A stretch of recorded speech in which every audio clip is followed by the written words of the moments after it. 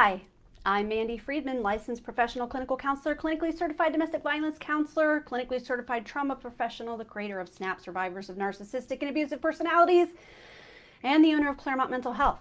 Today we're going to talk about how it's always just the tip of the iceberg. There's always so much more that we haven't discovered yet about this person, right? Or these people, this group, the environment. Often in sessions with people who are starting to uncover the truths about their past, their truths about the relationship that they're leaving or that they're recovering from, man, it's just more things keep coming up, don't they? The more you dig, the more you find. And then it's just shocking when you think about it later on, like, wow, I really was snowed. I really thought that I knew like where the problems were and how bad it was. And then finding out that you're wrong about that it was actually way worse than what you thought. And that leads to, that can really leave people feeling very betrayed. Also, you might feel like that you are gullible or weak. You start to judge yourself because, like, how did I not see that? It was happening right under my nose. But here's the thing.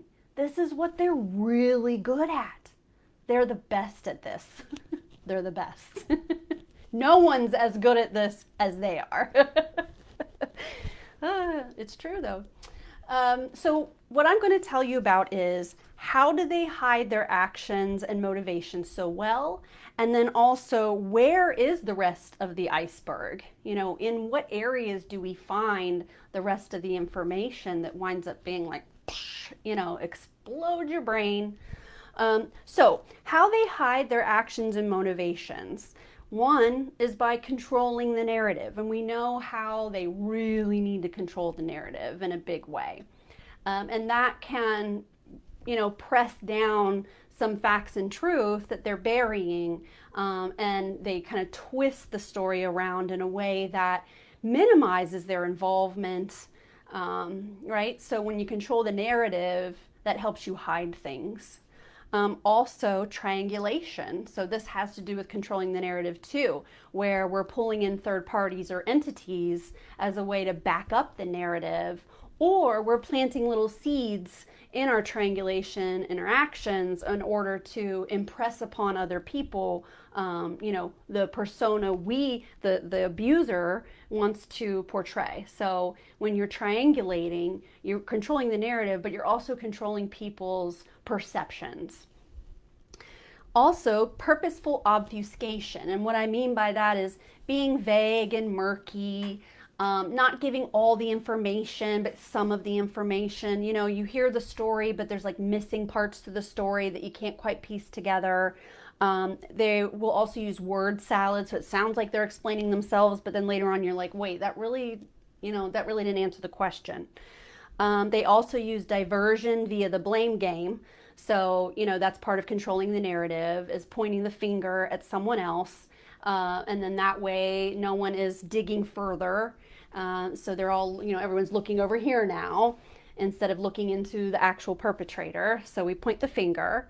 Also, they have this amazing amount of malevolent creativity. And the more intelligent the abuser is, the better they are with the malevolent creativity.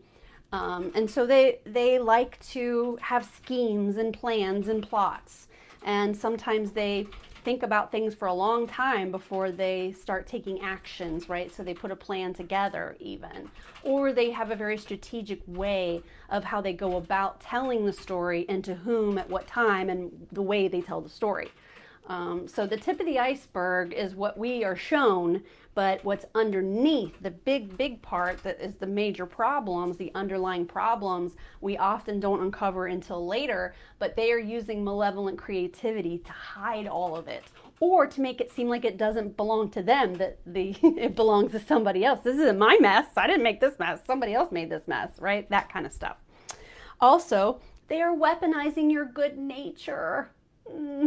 And this is the part that hurts so bad, is that they identify within us our desire to see the good in others, that we will believe them when, they're producing real tears and on hands and knees, that we will interpret that as them being honest. So when they get emotional or seem like they're opening up, we kind of light up to that, and we immediately will believe whatever they say if they seem like they're opening up. So, they're weaponizing the parts of your personality that make you see the good in others, but also that make you want to believe people when they tell you something.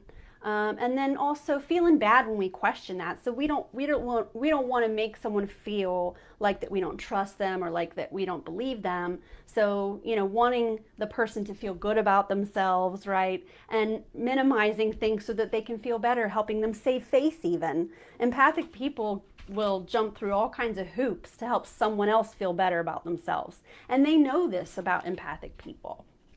Okay, so where do we find the rest of the iceberg, and what areas does the information come out? Well, one would be online activities. I mean, good grief. Wow. Yeah, online activities. If that's online sexual activities or dating activities, gambling, all kinds of stuff that you can do online that would be hidden, right? And things that this person might participate in, they don't want you to know about, but they have access online to sex or to, really just sex is what I'm thinking. Is the main one, is that they're using the internet for, hooking up with people, meeting new people, having full-on relationships online, actually being in committed relationships with a long-distance online partner that you're completely unaware of. So what they do online, will often be a source of the rest of the iceberg. Also, in the workplace, what goes on at their job and at work, and then they come home and they tell you, from one perspective what's going on. Later on, you find out they haven't been to work in 2 months. They've been sleeping with the nurse that they work with. It's then all of a sudden the workplace is this Pandora's box of all kinds of other things that you find out about. How much they were actually getting paid, what their position actually was, how often they were there, their attendance and performance, those sorts of things. Another place where we find the rest of the iceberg is on devices. And again, this is online activity, but on devices you can also have pictures and texts, correspondence, phone calls, video chats. So there's a lot that goes on computers and on cell phones that you would find later on and be like, holy crap, I cannot believe this is going on. Like, the person's on their phone and you're thinking they're shopping on Amazon, and actually they're having another relationship with somebody else. So we've got workplaces, online settings, devices, and then past relationships. Woo, wow. That's why they work so hard to control the narrative. That's why they work so hard to make us seem like we're crazy or we're possessive and controlling. That's why they characterize us the ways that they do. That's why that they, really don't want you to meet the ex.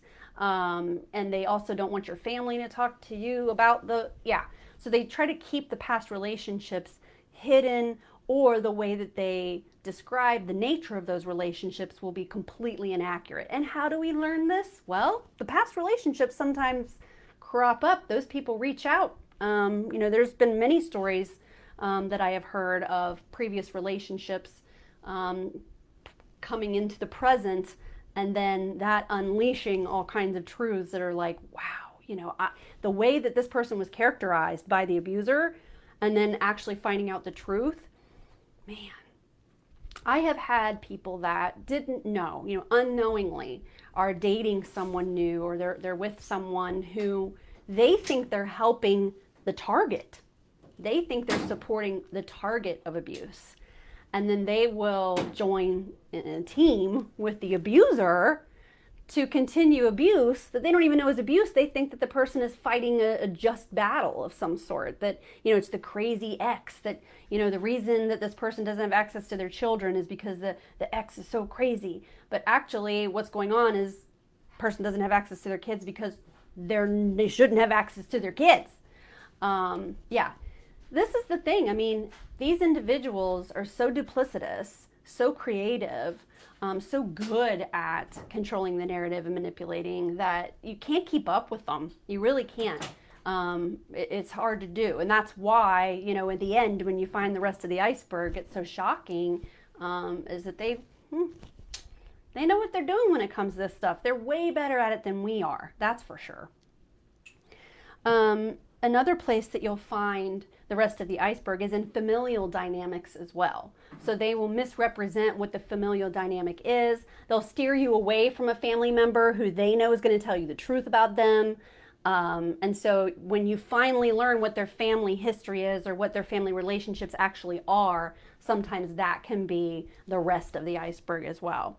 Then we have money. Where's the money going? Yeah, that's a big one. Finding out that all this money has been spent on something, and you know, or an account has been drained, or you thought that you thought they were using the money in a certain way, but they weren't, and then you're left there with having to clean up some financial mess. Another one is sex, of course, and who they're sexually interested in and active with and pursuing. You know, you think you're monogamous, but you're not.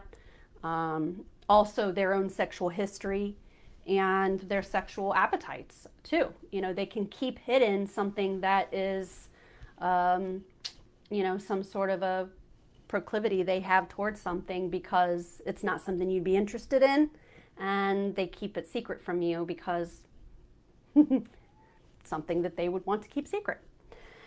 Also, time spent. You know, that's another place where you find truths. Is where, you know, where was the time actually spent? Oh, I was too busy, I couldn't because, or oh, I got back late and so that's why. And there's stories of like missing time and where that time went. And then they're gonna, you know, like I say, hide the truth about pretty much anything that's, you know, anything that's going to lead you to uncovering what's really going on. And they'll do it in ways that are dastardly, including pointing the finger at you. You can catch them red-handed, and then you still wind up being the one apologizing, right? So this is what I mean when I say that it's always just the tip of the iceberg.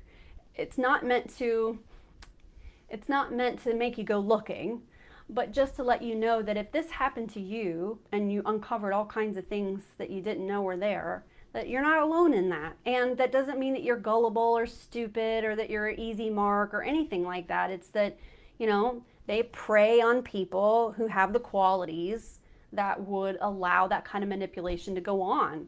That you trust the person implicitly and love them, and you want to give them unconditional positive regard, respect. And so you might hear something that's a little bit, but you're gonna just assume the positive.